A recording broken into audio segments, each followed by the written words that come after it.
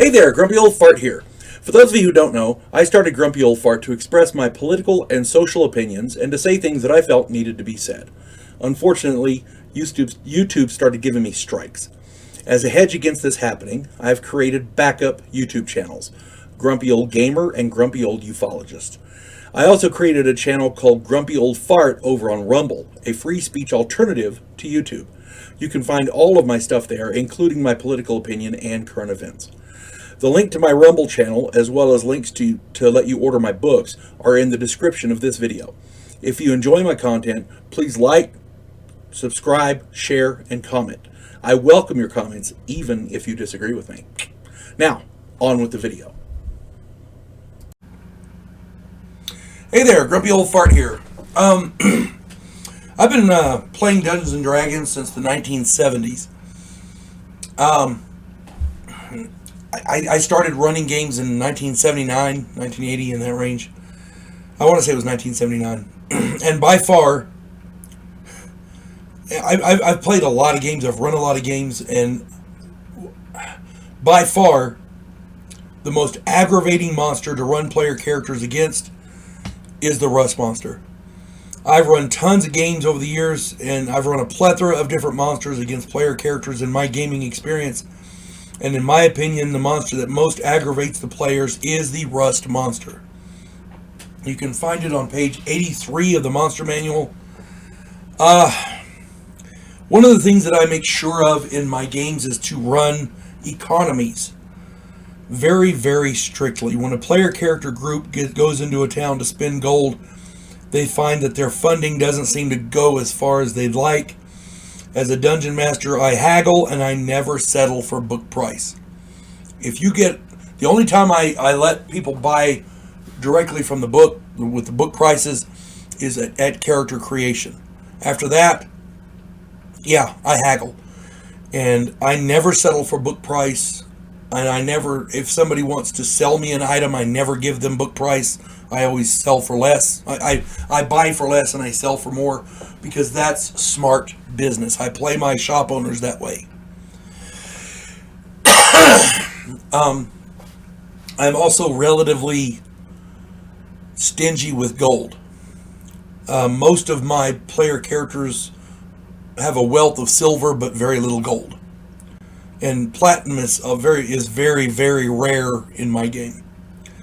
The arms and armor that the player characters purchase is very precious to them because metalsmiths and shop owners do their best to get the best price for their goods. When a player character in my game secures a suit of plate mail armor, rest assured that they have earned it. Oh boy, have they earned it. So, when the player characters run into a Rust Monster in a dungeon somewhere and it devours their favorite sword or that prized suit of plate mail armor, they feel it. It's a serious loss for their character. I've had a group of 4th level player characters turn and run away from a Rust Monster. All 6 of them just fled in panic. As a matter of fact, on one occasion, a Rust Monster completely randomly generated encounter snuck into camp and gorged itself on the PC's gear. This particular group managed to make it to 3rd level, staying in a town and never having to post guards.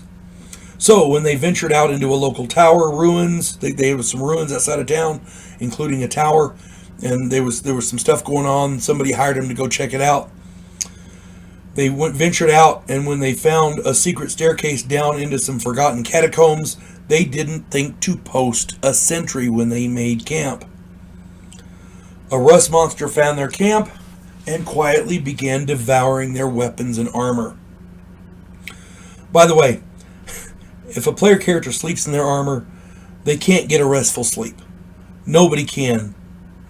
There's not a person in existence that can sleep well in plate mail, chain mail, banded mail, or splint mail. Any kind of leather armor tends to chafe, so that's out too. I had each player character roll each round to see if they woke up, and by the time the cleric woke up, there was not a suit of metal armor or a metal weapon left. One player character had a longbow with arrows, another had a club, and one had a staff and sling. But the paladin and the cavalier were pissed. It even ate their coinage. It got into their money pouches. The worst part was that the rust monster left before the cleric woke up, so they didn't even have a chance to kill it. I would read up on the rust monster before you run it against your player characters. But if you do, I guarantee you that your players will not forget the encounter, especially if you run the economies in the game the way I think they're supposed to be run. A rust monster can cost the group a buttload in money because of simply having to replace items. Paladins and Cavaliers in my game avoid rust monsters like the plague. So anyway, I hope this finds everybody well, and hope you enjoy running Dungeons and Dragons. Y'all have a good day now. God bless one and all.